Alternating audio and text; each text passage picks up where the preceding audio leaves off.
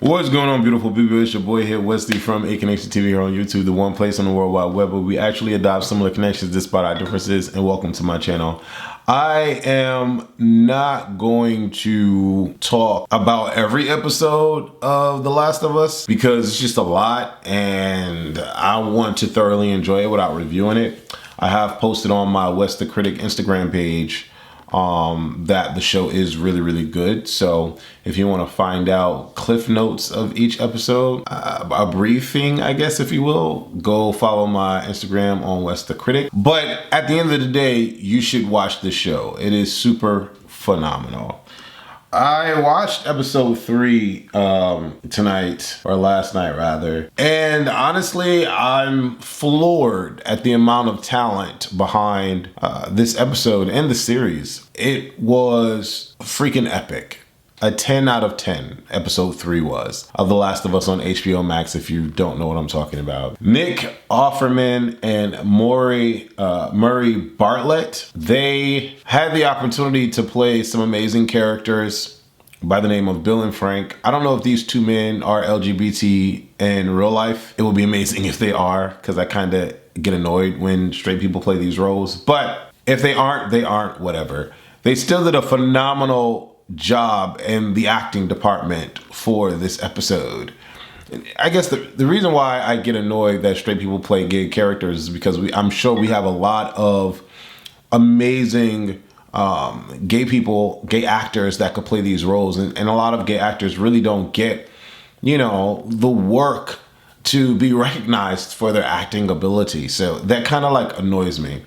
But anyways, moving along, that's not what this episode is about, or what this review is about. I've played Last of Us, the video games. I played 1 and 2. I can't really remember specifics. I just know Joel and Ellie. I know Ellie has the signature red t-shirt. I know that I loved the game when I played it, but it's an old game. It's not like I just played it yesterday. Although they've come out with the remastered version, I'm not going back to it, right? So I can't remember all the details. What happened to Tess, what happened to all this, I don't know. So I'm watching the show with fresh eyes, right? So I'm not an avid fanatic of the series on the consoles. And I'm, again, like I said, I'm watching it with fresh eyes. So I am a reviewer, not a reporter. And although I've been watching since episode 1 was phenomenal. When Joel's daughter died, episode 2 was a sleeper, but really good because it brought me into the lore of the game. Like when they went into the museum, I saw the video game. Every location that they were walking through in the city, I saw the video game, right? So that was phenomenal. And then episode 3, I don't remember Frank and Bill from the games. I really don't. These are like new characters to me. Although Bill is in the game and Frank is mentioned in the game and not shown, the show elaborated on the two of them together. And although apparently it's hinted that Bill and Frank were more than just friends, not really stated, but hinted, I guess you could walk away feeling that. In the episode, they really allowed us to see how that connection went and the progression that it took from the beginning to the end. And wow, there were so many moments, and no real spoilers, right? But there were so many moments in this episode where I just knew that Bill was gay. The moment that Bill walked up to Frank and he was in the trap, I was like, okay, this is what they're gonna do. There was a look upon each other, like a connection as we were looking at each other. Like, okay, so are they gonna go there? Because again, fresh eyes, I don't know a Bill or a Frank from anything. I'm just watching the show. So I'm like, are they gonna go there? Because when have we ever seen a gay character like Bill? Someone who's an engineer or mechanic or, handy and just knows how to build stuff and defense and guns and a bunker and, introverted and a recluse in so many ways, smart, intelligent, knows how to get through this post-apocalyptic world. Let me know. I've never seen a gay character do any of what this guy is doing. But the moment he looks at Frank, I'm like, I think that's where they're going. And they were going there. It was interesting that Frank was in the trap looking well kept, in my opinion. He looked really clean. And I'm a fan of, zombie folklore. The Walking Dead is one of my favorite shows until they effed it all up. And so, The Last of Us is treading that intense, visceral, great acting, great storyline, great drama, cinematography kind of bubble that The Walking Dead held for so many years. The Last of Us is bringing that back to me. It's so freaking good. The Last of Us is really, really good. And so, because I'm aware of how the zombie folklore handles characters that we love, Glenn, Rick, everybody, in my mind, I'm like, Frank is about to get this dude. Like, Bill has protected himself, has built this town for himself to just live out his days, however long that is. And here comes Frank, and he's caught in this trap, and Bill decides to be nice to Frank because he's smitten, and he helps Frank get out of the trap. I'm like, all right, Bill's about to die. Like, he's gay, he's gonna die. And even at this point, we don't know that he's gay, but I'm like, he's gay, he's gonna die. They're gonna kill off the gay dude, and Frank is gonna become this a-hole that I really, really hate because he killed the gay dude. Like, it seems to happen that way, right? At least that's what my mind tells me. And, Bill decides to help Frank out the trap, brings him to the house, and I'm still thinking Frank's gonna get him. Frank's gonna get him. Frank's gonna get him. Frank's gonna get him. Bill's so nice, gives him a meal. Frank takes the shower. So many moments, intensified moments where I'm thinking, oh, he's gonna get Bill. He's gonna get Bill. He's gonna get Bill. It didn't build up for me until Frank decides to play the piano, and I'm like, okay, what's going on here? Like, don't do this. Like, I'm like pleading at the TV. I'm like, please do not kill Bill. From an LGBT perspective, do not kill Bill this way. Please don't. Please do not let Frank act like he's gay, get him, and then stab him in the back or kill him in the neck or something. I just knew a knife was going to go through his neck while Bill is sitting there playing the piano. And I was like trying to prepare myself to hate this show. I really was. Because we don't get this. We don't get this. Okay? We don't get this at all. But that doesn't happen. And Frank and Bill have a moment. It was the most awkward kiss. In my mind, I'm like, these dudes are like really straight in real life. Because the first kiss was like so awkward. I was like, that's the only problem I had with this show. The first kiss was so awkward, like painfully awkward to watch. Like, it didn't come across as two men in this world that weren't sure if this kiss was okay. It came across like two straight dudes not really wanting to kiss. That's what it came across as to me. This was the only moment where it kind of I dropped out of the show. But they kiss. There's a moment. They have their intimacy. There's a moment. Of course, we don't see much, but all and I didn't need to see none of it because the bodies weren't bodying for me. I didn't need to see all of the details. But I feel like if this was a heterosexual situation, there would have been a moment to see some women's chest or titties or something like that. I just felt like that would happen because that's the norm, right?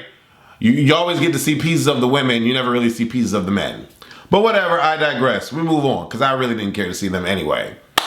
I love the cinematography this episode, the acting this episode, the writing this episode, the way that the time progressed forward, and the fact that they let us know what was going on years after years after years after years. We get to see the beautiful side of the relationship. We get to see the chaotic side and, the infighting when two imperfect people come together to try to make a situation perfect. The yin and the yang of it all. The creative artist and the introverted, protective, gun-toting, controversial mindset of the world kind of guy, right? Coming together. An awesome dynamic you don't often see in Hollywood. An awesome story that's never really told. And it needs to be often is what I'm saying. Sure, we've gotten things over the years But it's not often. It's not normal. It's not even normalized. The fact that I'm even having to talk about it heavily leads you to know, or lets you know, that it's still not normalized in Hollywood. But this episode was so wonderful to watch. It was amazing. Groundbreaking on so many levels, on a human level, for me to be able to see this. And for it to carry out through the entire episode. We don't see Joel and Ellie, but for a little bit in the beginning and the end. And that was okay. I'm just all this whole time, I'm sitting here watching this episode like, please don't let them kill each other. Don't let them betray each other. Don't let them hurt each other. Let it be them against the world. And then we get this scene where, Tess and Joel are communicating with Bill and Frank. We see the similarities between Tess and Frank and Bill and Joel. Oh, magic. Joel warns them of the Raiders. The Raiders come to the gate and Bill's out there defending their home. Magic. If it wasn't for Frank going out there, Bill wouldn't have got shot. But at the same time, magic. Oh, I'm getting goosebumps from it all, right? I'm thinking that, Bill is going to die.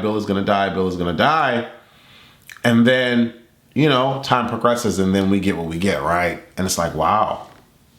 It's interesting that in a post-apocalyptic world, they still have issues with disease outside of the fungi. Man, when I tell you the concept of suicide still being prevalent in this world, people not wanting to live through what they're living through, although they've had great years with each other. It was like 20 years they lived with each other or something like that. And they've lived together, and that's what they know. All they know is Tess and Joel. Wow. That's it? Wow. And they've lived a life together. And they've grown old with each other. Frank has brought his artistry throughout the house and has made the once bland scenery more colorful with his paintings and his ideas. The strawberry moment, when Nick Offerman laughs, gives a chuckle when he eats the strawberry. Phenomenal acting. Amazing. Wow. And all the while, I'm like, can Joel and Ellie get to this house? Because I don't want them to die. I don't. Phenomenal characters, profound characters, grand performances, the writing, mwah. I don't want them to die. I want Joel and Ellie to make it to them. Right? But we get what we get. And there's the moment where they're at the table and he's taking the wine. I'm like, he's going to take the wine too. He's going to. Why? Why would he subject himself to aiding his lover to commit this and then him be left alone? What's the point? There's no point. What's the point in the life? There's no point. And of course he says that the purpose, you were my purpose. Phenomenal writing. Exquisite. Human connection writing. Loved it. And they don't show him, I couldn't understand the point of him crushing the pills and then him putting in the wine, but then he doesn't pour it in his thing. And then I'm like, did he pour it? And then they talk about him pouring it in the bottle and they drink the same thing. I was like, what was the point in that? If you were gonna go down with the ship, I don't understand why you did it that, I couldn't understand pouring it in there. Anyways, when Joel and Ellie get to the house, they read the letter. The letter gets me. And they're no longer, whatever. Not trying to give too much, but this episode is just, wow.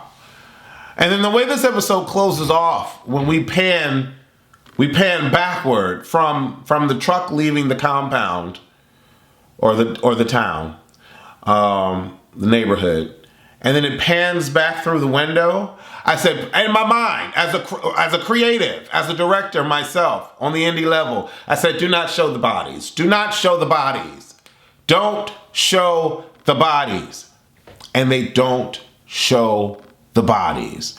I held myself. Oh, felt so good. Oh, felt so good. Phenomenal. Award winning. I don't know when it's the last time I watched an episode that gave me all of these emotions.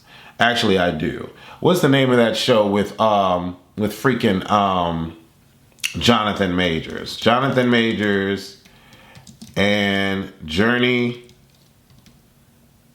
Smollett played in.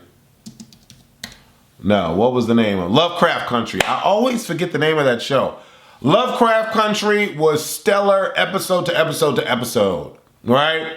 Lovecraft Country gave me what black people don't normally get in Hollywood. Episode to episode to episode to episode to episode. And it got canceled, right?